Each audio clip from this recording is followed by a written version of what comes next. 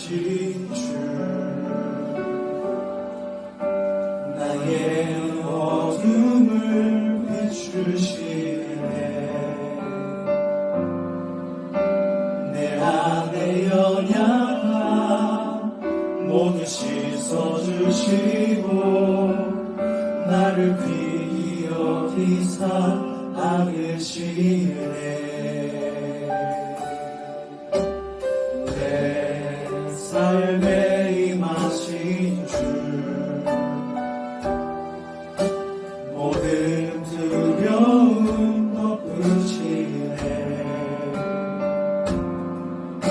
주 나의 모든 것 주님만 의지하리 눈을 들어 주님만 바라보리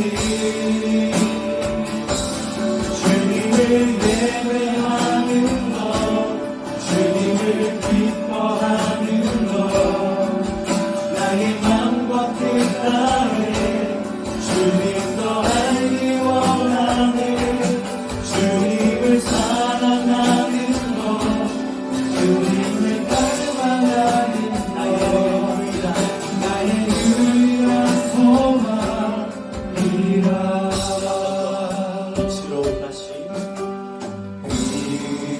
빛으로 임하신 주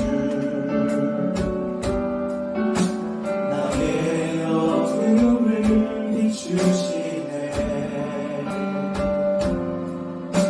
내 안에 연약함 모두 씻어주시고 나를 귀히 여기사 안으시네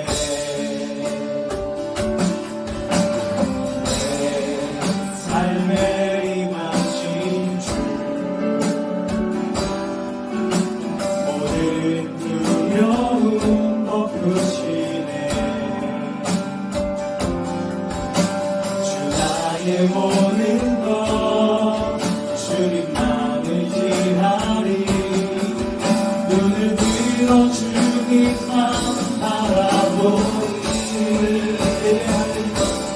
주님을 예배하는 것 주님을 기뻐하는 것 나의 맘과 뜻하네 주님과 알기 원하네 주님을 사랑하는 것 주님을 닮아가는 것 나의 유일한 소망 주님을 예배하는 것 주님을 기뻐하는 것 나의 맘과 뜻다해 주님 너 알기 원하네 주님을 사랑하는 것 주님을 닮아가는 것 나의 유일한 소망이라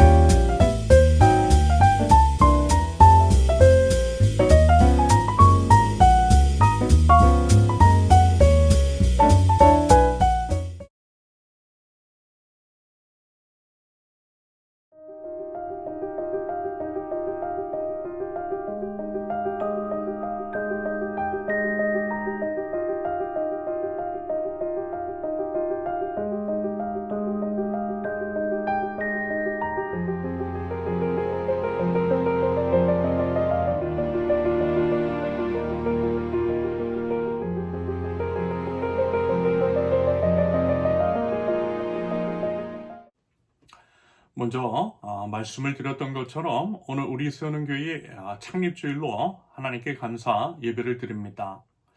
2022년 1월 21일 금요일 저희 가정의 귀국과 함께 카톡방에서 시작된 우리 세우는 교회 벌써 만 3년이 되었습니다.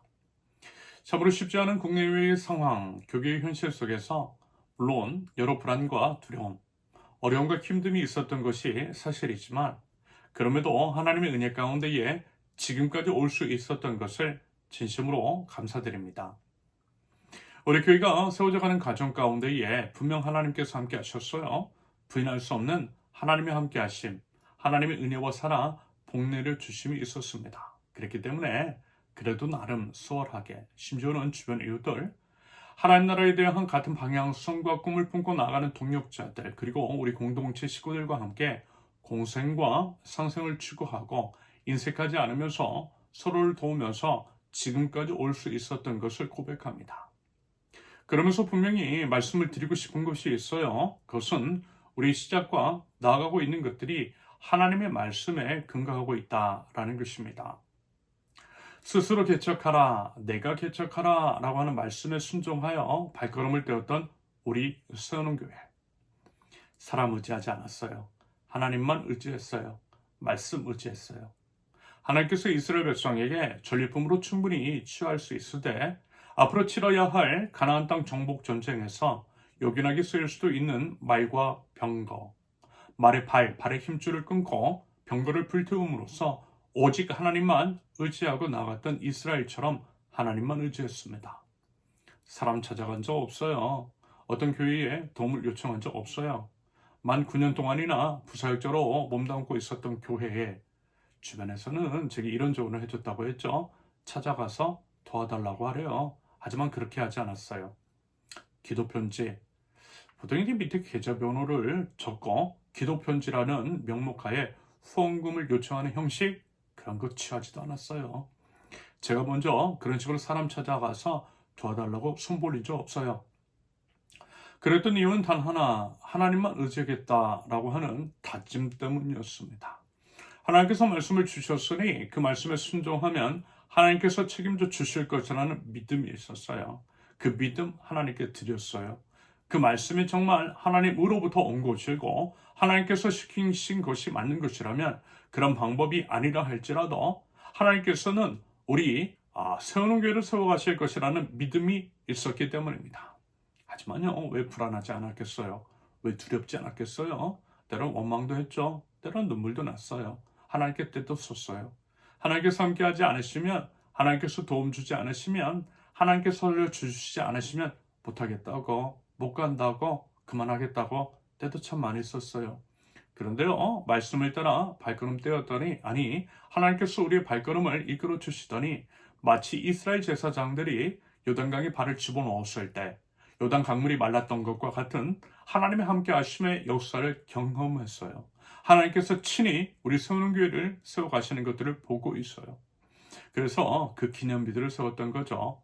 기념비들을 세우고 그때 함께 하셨던 하나님을 수시로 꺼내 기억하면서 오늘을 견디어내고 미래를 기대하며 나아간다라고 말씀을 드렸습니다. 우리 세우는 교회는 인간의 생각과 계획과 뜻이 아니라 먼저 하나님께서 주신 말씀이 있고요. 그 말씀에 따른 순종의 걸음을 걸어나가고 있는 하나님 나라 공동체입니다.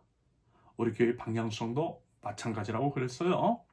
사람을 세우고 공동체를 세우고 자연 생태계를 세우는 교회, 공생과 상생, 지속적인 공존을 지향하며 열이 모여 하나를 세우는 하나님 나라 공동체, 우리 세우는 교회.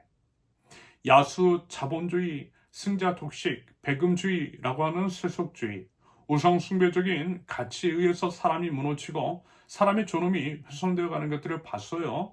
불평등의 문제 등으로 인해서 공동체가 해체되며 공멸의 길로 나가는 것들을 목격했습니다. 코로나19 기후위기를 통해 훼손된 자연 생태계의 심각성을 느꼈어요. 이런 것들을 통해 결국 내 이웃을 내 몸과 같이 사랑하라 라고 하는 예수님의 명령, 서로 사랑하라 라고 하는, 서로의 생명을 지켜주고 살릴 때에 비로소 모두가 존속할 수 있다 라고 하는 하나님 나라의 가치를 가르쳐주기 위함이라는 그런 생각이 들었습니다. 하나님의 형상을 따라 지음을 받은 모든 인간, 하나님의 형상을 투영하고 있는 우리의 모습, 그래서 너는 나이고 나는 너이며 너를 지키는 것이 나를 지키는 것이라는 하나님의 창조 원리에 따라 그것을 구현해내고자 하는 그 방향성 안에서 우리 세우는교회가 세워졌습니다. 말씀에 기반하고 있다는 거죠. 하나님의 말씀 가운데 녹아있는 하나님 나라 원리에 순종하여 공생과 상생을 추구함으로써 지속적인 공존을 지속적으로 생존 가능한 국가와 사회 그리고 지구 공동체를 만들고자 하는 소원을 품었습니다. 그러면서 이 땅에 처음 세워졌던 교회, 그 교회 안에서 이루어졌던 하나님 나라와 같은 모습, 서로 가진 것들을 나눴음으로써 교회 공동체 안에 가난한 사람이 없으니 라고 하는 말을 들었던 것처럼 열이 모여 하나를 세우는, 10사람이 모이면 한 사람을, 10가정이 모이면 한 가정을 살릴 수 있지 않겠느냐라고 하는 그 단순한 생각, 성경적인 가르침을 실천하고자 했습니다. 그리하여 하나님 나라의 모델하우스를 만들고자 하는 그 마음과 바람으로 시작한 것이 우리 세우는 교회입니다. 우리 세우는 교회의 방향성과 운영 원리는 성경적, 신학적 근거를 분명하게 될 수가 있어요. 그리고 그러한 가치들을 이루고 그 방향성 안에 나아가고자 하는 마음으로 의도적인 불편함을 추구한다라고 그랬죠. 새롭게 이제 뭔가를 만들고 지고 꾸미는 것이 아니라 이미 있는 공간을 우리가 이제 필요한 시간에만 사용함으로써 그 외에 최대한 설령 이제 완벽하지는 않아도 될 수 있으면 자원의 낭비를 줄임으로써 기후 위기의 시대에 자연 생태계를 살리려고 노력한다라고 하였습니다. 그렇게 아끼는 비용, 생명 없는 건물의 시설 유지 관리 비용 등을 아껴서 사람을 살리고 세우는 데 쓴다라고 했어요. 각 사람 한 사람 도움이 필요한 사람에게 실질적인 도움을 주는 쪽으로 우리의 방향성을 정했다라고 했습니다. 대학생들 도와주겠다라고 했어요. 올해부터는 특별히 결혼을 하는 청년들에게, 출산을 앞둔 사람들에게 실질적인 도움을 주려고 계획하고 있다라고 했습니다. 말로만 결혼 문제, 말로만 인구 절벽에 관한 문제를 논하는 것이 아니라 직접 와닿는 복지 정책을 시행하려고 한다라고 했어요. 말하자면 그것이 초대교회 안에서 시행했던 것들, 그것의 현대적인 적용일 것입니다. 청년들을 위한, 미래 세대를 위한 실질적인 정책일 것 같아요. 말과 혀로만이 아니라 행함과 진실함으로 사랑하는 것입니다. 립서비스만 하는 것, 미래 세대를 위한다면서 대형 집회만 하는 것은 여러분 실효성이 없다라고 봐요. 위선이고 기만일 수 있어요. 오히려 실질적인 도움을 줘야겠죠. 그래야만 대상자들에게 직접적으로 와닿고 숨통도 트이지 않겠어요? 하나님 나라가 말에 있는 것이 아니라 능력이 있음을, 말씀을 따라 우리의 것들을 나눠주는 행함에 있는 것임을 드러낼 수 있는 거죠. 아울러 무엇보다도 하나가 되는데 그리스도의 한 몸이 되는데 힘썼다라고 했습니다. 그럼으로써 서로를 지켜주기 위한 마음을 조성하기 위하여, 그리고 하나님 안에서 모든 사람의 차별 없는 평등을 구현해내기 위한 일환으로서 식탁교제를 위해서 힘쓰는 공동체가 되려고 했습니다. 예수님께서 식사교제에 힘쓰셨던 이유, 심지어는 십자가 위에서 돌아가시기 전날 밤에도 그렇고 부활 후에도 제자들과 식사교제를 하셨던 것처럼 식사교제 안에 있는 하나님 나라 원리를 구현해내기 위해서 밥 먹기 힘쓰는 공동체를 지향했습니다. 앞으로도 그럴 거예요. 이 모든 것들이 하나님의 말씀 가운데 투영된 하나님 나라 원리와 같이 했다는 것이었다라고 누차 말씀을 드렸습니다. 여러분, 우리 이제까지 이렇게 걸어왔어요. 앞으로도 그렇게 걸어갈 것입니다. 그러면서 더 다양한 것들을 창의적으로 생각하고요, 구상하고요, 실천하면 좋겠어요. 여러분 상상을 해볼 수 있잖아요. 상상하면요, 우리가 함께 상상하고 꿈을 꾸면요, 그리고 작은 것들부터 하나하나씩 실천해 나가면 충분히 뭔가를 해낼 수 있다라고 봅니다.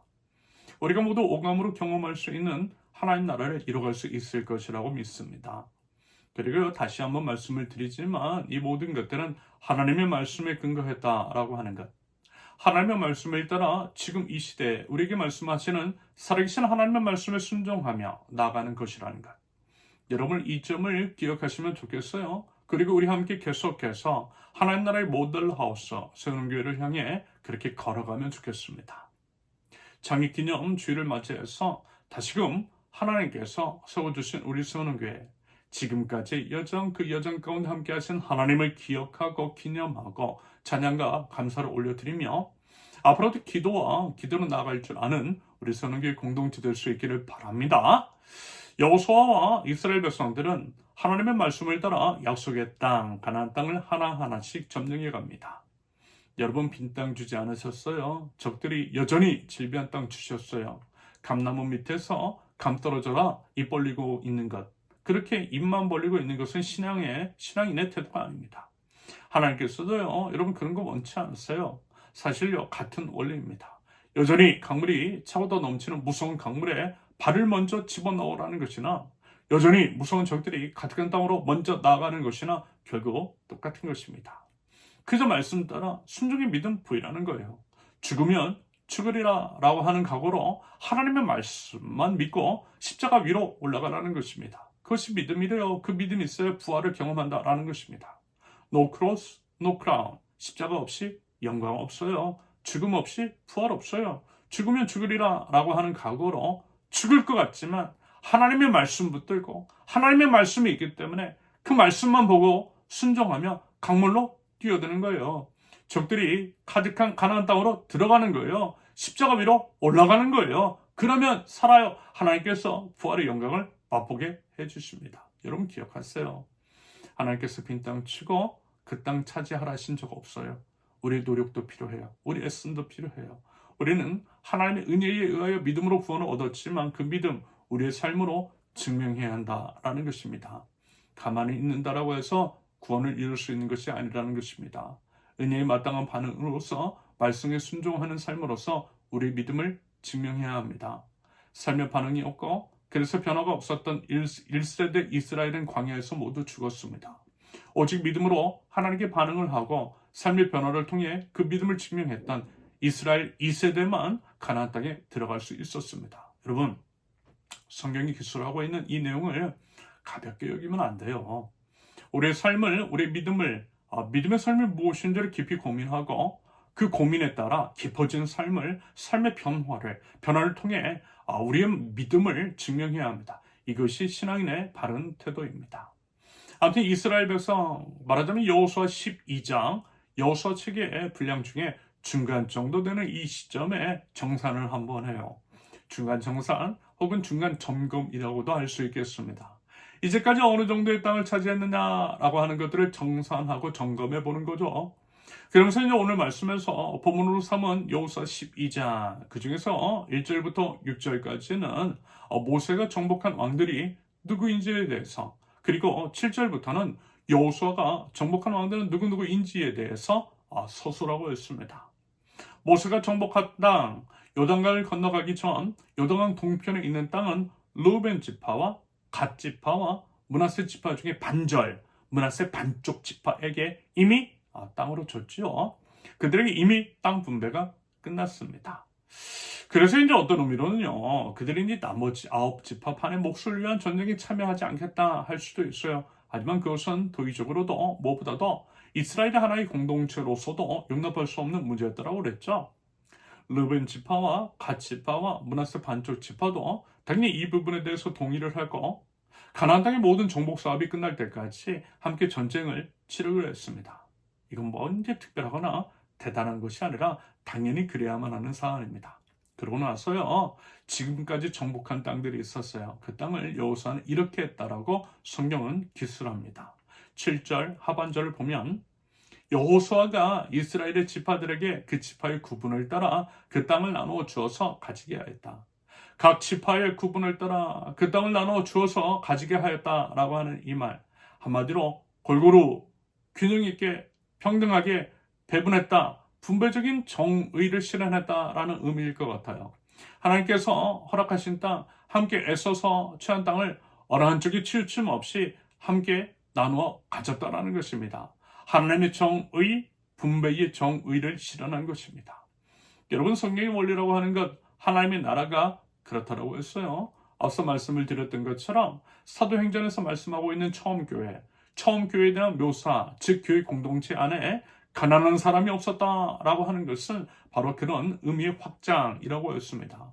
모든 사람들이 사람으로서의 존엄을 존중받도록 배려하는 공동체, 분배의 정의를 실현하는 공동체가 하나님 나라 공동체라는 것입니다. 평화의 왕, 우리 예수님, 평화라고 하는 한자, 평이라고 하는 글자는 평평할 평 혹은 고르게 하다 평이라고 했습니다. 화는요, 화목하다 화인데 화라고 하는 글자는 벼화의 입구라고 하는 글자의 결합으로 되어 있다라고 했어요. 화목하다 화는 벼, 즉 먹을 것, 음식을 입으로 먹는 겁니다. 그래서 말씀을 드렸죠. 화목제라고 하는 것. 그 중에서 이제 감사제의 시행 방법이 그렇다라고 했어요. 그날 감사제로 그렇게 이제 제물로 드린 양을 이웃과 함께 먹으라고 했다고요. 제물로 쓰인 양 한 마리를 그 다음 날까지 남기지 말라라고 하는 규례 안에는 이웃과 함께 나눠 먹으라는 하나님의 뜻이, 하나님의 의도하심이 있다라는 말씀을 드렸습니다.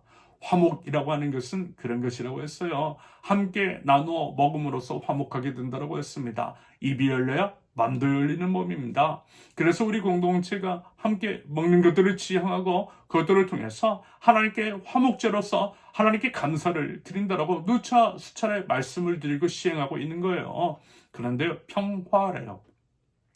평화의 의미는 함께 입을 열어 먹기는 먹는데 어떻게 먹는데요? 골고루 먹는데요. 똑같이 먹는데요. 똑같은 음식을 모두가 골고루 나누어 먹을 때 비로소 이루어지는 것이 평화라는 것입니다.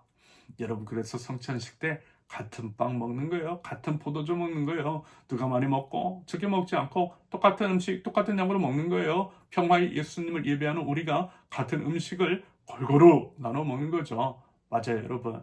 우리는요, 평화의 공동체입니다. 하나님 나라 공동체는 평화를 지향합니다. 평화를 지향하는 이유는 하나님 나라가 평화의 나라이기 때문입니다. 여러분 한번 생각해 보세요. 만약에 하나님 나라에도 지금 우리가 사는 세상처럼 불평등이 존재한다면, 불평등의 극대화가 이루어진다면 과연 그것이 하나님 나라일 수 있겠어요? 아니요, 절대 그럴 수 없습니다. 여러분, 사람은 다 똑같아요. 저나 여러분들이나 똑같아요. 남이 나보다 많이 먹으면 불평등하면 빈정상해요. 물론 여러분들은 저보다 성숙하셔서 덜 그러시겠지만 그래도요, 사람은 사람입니다.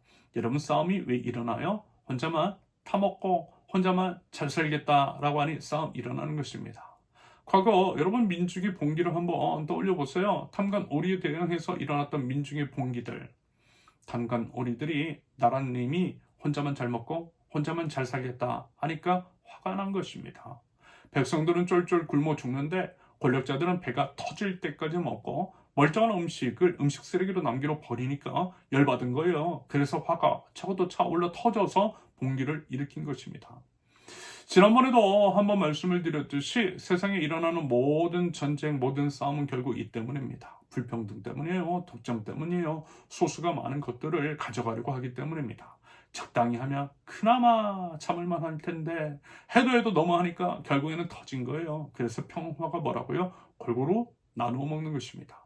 골고루 나누어 먹으면 싸움 날 일 없어요. 골고루 분배해주면, 분배의 정의를 실현하면, 그래서 너도 잘 먹고 잘 살고 나도 잘 먹고 잘 살면 싸움 나지 않아요. 여러분, 이것이 평화의 왕 우리 주 예수 그리스도를 예배하는 하나님 나라 백성들이 불평등의 문제에 대해서 관심을 가져야 되는 이유라고 했어요. 불평등이 극대화되고 있는 우리 사회 현상에 대해서 좌시하지 않아야 하는 까닭입니다. 불평등의 문제를 앞서 해결하는데 노력을 기울임으로써 적극적인 평화를 이뤄나가야 합니다.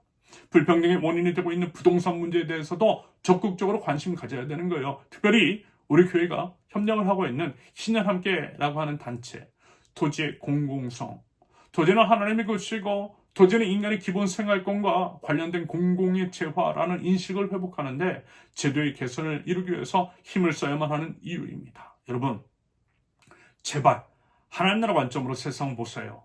제가 요즘 정치권을 보면서 정말 안타까운 것이 뭔지 아세요? 선택적인 정의입니다. 공동체적인 관점, 우리 공동체가 지속 성장 발전하는 쪽에서의 접근이 아니라 쉽게 얘기해서 내가 가진 부동산, 아파트값 올려주는 정당을 지지하더라는 것입니다. 물론 그럴 수 있죠. 물론 저는 가진 부동산이 없으니까, 아파트 없으니까 이런 말을 한다라고도 할 수 있겠죠. 하지만 그래도 우리 하나님 나라 백성이잖아요. 하나님 나라 백성이라면 세상 사람들과는 좀 달라야지 않겠어요? 우리 신앙의 본질이 십자가라면서요. 십자가는 내가 죽는 거잖아요. 내 욕심, 내 생각, 내 뜻, 내 계획, 죽는 거잖아요. 내가 죽어서 이웃 살리는 거잖아요. 이것이 우리의 신앙이라는 것, 여러분 다 알잖아요. 십자가를 회복해야 한다고 그렇게 얘기를 하면서 왜 아파트에 대해서는 예외로 두는지 모르겠어요. 선택적인 정의입니다. 선택적인 정의는 하나님 나라 원리를 거스르는 것입니다. 하나님 나라 백성들이 취해서는 안 된다라는 거예요. 다들 부동산에 목을 매다니 살아야 할 집을 매매의 수단, 투자의 수단으로 바꿔요. 우리 믿는다고 하는 사람들마저도 그 대열에 동참을 하니까 가난한 사람들이 살 집이 없잖아요. 평생을 모아도 집 한 채 마련하기 힘들다잖아요. 대출 받아서 겨우 구입을 하지만 대출 빚의 노예가 되잖아요. 그래서 사람다운 삶을 못 살잖아요. 인간으로서 누려야 할 여유를 박탈당하고 있잖아요. 여유가 없으니까 어때요? 하나님 생각도 점점 사라지고 하나님과 멀어지고 있잖아요. 여러분 분명 이것은 영적인 전쟁입니다. 우리가 믿는 사람이라면 이런 영적 전쟁에서 패배하면 안 되겠죠. 그 전쟁이 말려 들어서도 안 되는 것입니다. 최근 우리 신혼부부들 집을 마련하는데 신혼부부 청약 같은 것들이 당첨이 되어도 너무 비싸대요. 대출 받아야 되는데 대출도 쉽지 않대요. 제가 봐도 너무 비싸요. 이래서 되겠냐라는 거죠. 그러니 결혼은 안 하겠죠. 그러니 아이를 안 낳는 거예요. 상대적인 박탈감에 분노는 쌓이고 쌓인 분노가 여기저기서 터지고 있는 겁니다. 분열과 갈등이 일어납니다. 여러분 이 점을 한번 진지하게 생각해 보세요. 물론 바꾸기 힘들어요. 제가 너무 나이브한 생각을 가지고 있다라고 하실 수도 있어요. 하지만 저는 나이브한 생각을 가진 것이 아니라 하나님의 말씀, 하나님의 뜻, 하나님 나라 원리를 말씀드린 것입니다.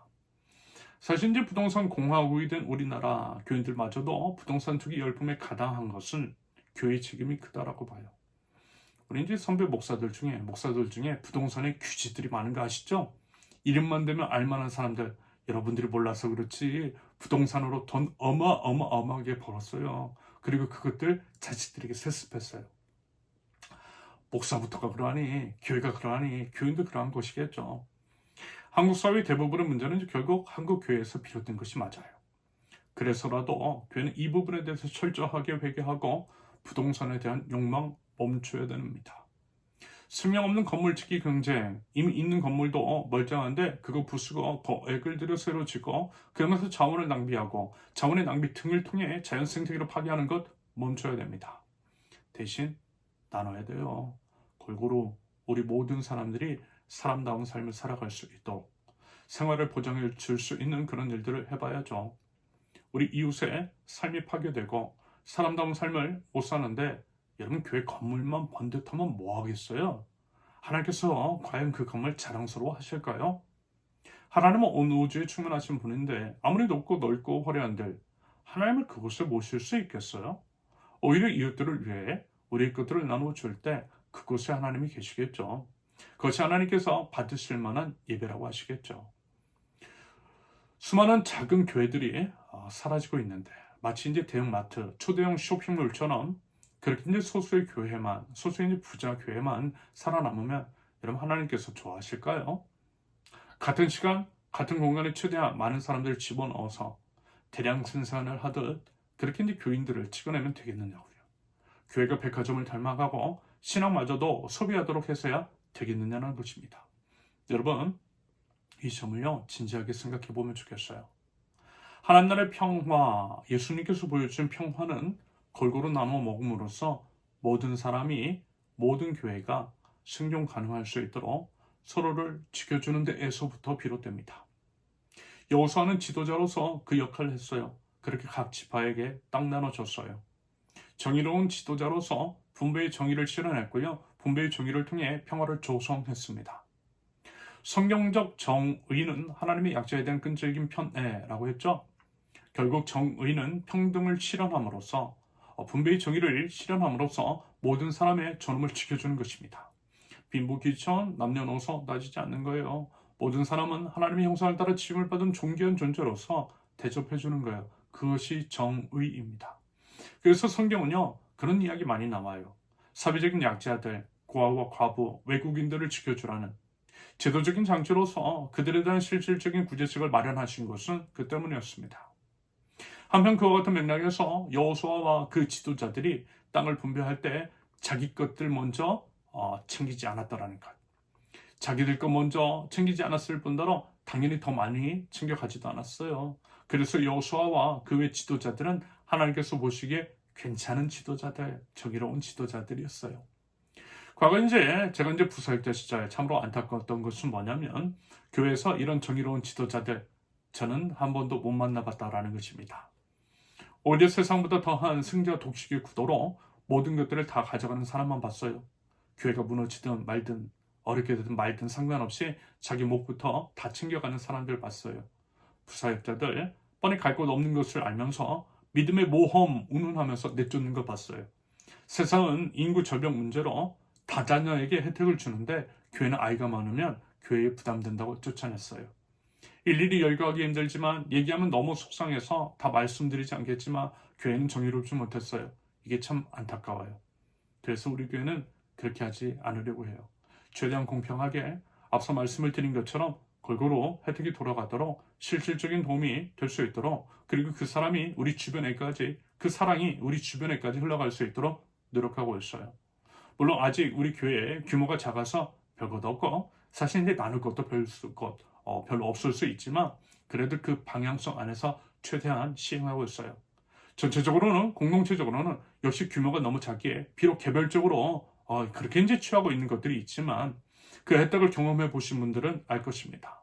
이래저래 다양한 방법으로 혜택이 주어지도록 하고 있습니다. 원칙과 기준에 의해서 그렇게 하고 있어요. 우리 세우는 교회 공동체는 하나님 나라를 지향합니다. 하나님 나라의 모델하우스로서 하나님 나라를 맛보아 아는 공동체가 되기를 원합니다. 이전에도 지금도 앞으로도 그러할 것입니다. 정의로운 하나님을 따라 하나님 나라의 가치가 구현된 초대교회 공동체에서 드러나는 모습이 우리 교회 안에서 드러날 수 있기를 바랍니다. 심지어는 자신이 만든 법을 지키시기 위해서 독생자 예수님을 내어주시고 그럼으로써 공의를 이루신 우리 하나님을 따라 정해진 원칙에 따라 골고루 하나님 안에서 함께 성장해 나가고 서로를 지켜주는 우리 서는 공동체가 될 수 있기를 바랍니다. 우리 계속해서요, 그와 같은 방향성 안에서 우리 함께 걸어가요. 그래서 하나님께서 우리에게 주신 꿈, 사람을 세우고 공동체를 세우고 자연 생태계를 세우는 교회, 공생과 상생, 지속적인 공존을 지향하며 열이 모여 하늘을 세우는 하나님 나라 공동체를 이뤄나가는 우리를 세우는 교회 될 수 있기를 예수님의 이름으로 축원합니다. 함께 기도합니다. 세우는 교회 공동체를 세우신 하나님, 벌써 하나님께서 세우는 교회를 세우신 지 만 3년이 되었습니다. 이제까지 큰 은혜와 사랑과 복으로 인도해 주신 하나님께 감사와 찬양과 영광을 올려드립니다. 하나님께서 세우신 세우는 교회는 하나님의 말씀을 따라 세워졌습니다. 주신 말씀에 아멘하며 순종의 발걸음을 떼었습니다. 걸음걸음 나아가고자 하는 방향성을 성경 말씀에서 찾았습니다. 그러기에 하나님께서 세우는 교회 공동체와 함께 하시고 지켜주시고 역사하여 주신 줄로 믿습니다. 하나님, 그 믿음 가지고 계속해서 나아가기를 원합니다. 온전한 순종의 믿음을 들여 하나님의 거룩과 하나님의 뜻을 이뤄나가는 세우는 교회 공동체 되게 하옵소서. 어지럽고 혼란스러운 세상, 점점 썩어가고 어두워져가는 이 세상 속에서 빛과 소금의 역할을 감당하게 하옵소서. 하나님 나라 모델하옵소서. 하나님 나라의 가치를 삶으로 구현해내는 하나님 나라 공동체 되게 하옵소서. 그리하여 하나님 나라가 무엇인지를 맛보아 알게 하는 공동체, 살아계신 하나님의 역사를 경험하고 그 하나님을 찬양하며 주변 사람들로 하여금 하나님을 찬양하게 하는 축복의 통로로서 하나님 세우는 교회를 사용하여 주시옵소서. 시대적인 사명을 이루겠습니다. 시대적인 아픔, 이 사회의 문제를 온몸으로 끌어안는 공동체가 되겠습니다. 우는 자와 함께 우는 공동체, 자신을 버려 저희를 살리신 예수님을 따라서 저희 것들을 버려 생명을 살려내는 생명의 공동체가 되게 하여 주시옵소서. 이 사회에 내재된 모든 불안의 요소, 불평등의 문제를 좌시하지 않게 하시며 적극적으로 그것들을 해결하는 노력과 삶 속에서의 실천을 통하여서 적극적인 평화를 이루는 공동체 되게 하여 주시옵소서. 하나님의 나라는 모든 사람의 존엄이 존중받고 모든 사람이 사람다운 삶을 살 수 있도록 보장받는 곳인 줄로 믿습니다. 하나님, 그 하나님의 나라를 이루가겠습니다. 그 하나님의 나라를 이루감으로써 세우는 교회 공동체에 가난한 사람이 없는 아름다운 일들이 이루어지게 하여 주시옵소서. 생명이 살아나는 공동체, 하나님께서 기뻐하시는 공동체, 사람에게 참된 위로와 희망을 주는 공동체, 하나님 나라 공동체, 선언교회가 될 수 있도록 이전에도 역사하셨던 하나님, 앞으로도 저희를 사용하시고 역사하여 주시옵소서. 이제는 우리 주 예수 그리스도의 은혜와 아버지 하나님의 극진하신 사랑과 성령님의 교통하심이 이제까지 은혜와 사랑으로 이끄신 하나님께 감사와 찬양과 영광을 올려드리며 하나님의 나라의 가치가 구현된 하나님 나라 모델하우스를 세워나가는 세우는 모든 권속들 위해 이제로부터 영원토록 함께 하시기를 간절히 축원합니다. 아멘.